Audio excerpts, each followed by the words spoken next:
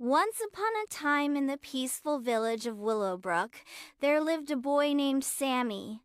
Unlike other children who were patient and kind, Sammy had a terrible temper. Whenever something didn't go his way, he would shout loudly, stomp his feet, and throw things in frustration. The villagers were wary of him, and even the animals would scurry away when they saw him coming. One sunny morning, Sammy walked to the village market to buy his favorite honey cakes. But when he reached the baker's stall, he discovered that the last honey cake had just been sold to a little boy named Jack. Sammy's face turned red with fury. "Why did you take my honey cake?" he bellowed, his fists clenched in anger. "I didn't know it was yours," Jack stammered. "I just bought it because I was hungry."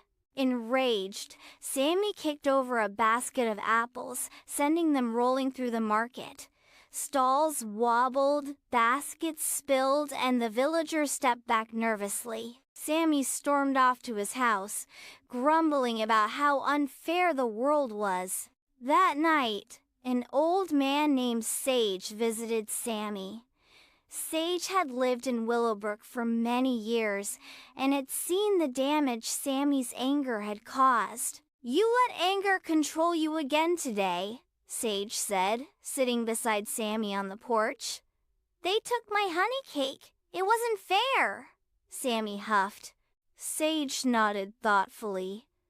"But tell me, Sammy, did you get your honey cake in the end?" Sammy blinked. "Well, no." "And what did you gain from your anger?" Sage asked. Oliver Elias thought for a moment.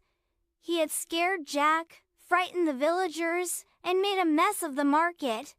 But he was still without his honey cake. Slowly, he realized that his anger had only made things worse. "What do I do, Sage?" Sammy asked quietly. "You must learn to control your anger before it controls you," Sage advised. "Next time you feel it rising, take a deep breath, count to 10, and think before you act." The next day, Sammy went back to the village. The people were still wary of him, but he took a deep breath and spoke gently. "I'm sorry for my anger yesterday," he said. "I scared you all, and that wasn't right." The villagers were surprised, and Jack stepped forward. "I saved you a piece of my honey cake," he said, offering it to Sammy. Sammy smiled, touched by Jack's kindness. From that day on, he practiced patience and self-control. It wasn't always easy, but with every deep breath and every thoughtful action, Sammy became a happier, friendlier boy. And so, Willowbrook was peaceful once again, and Sammy learned that kindness and understanding were far sweeter than any honey cake. And that was the end of the story. Please don't forget to like and subscribe. See you later. Bye-bye.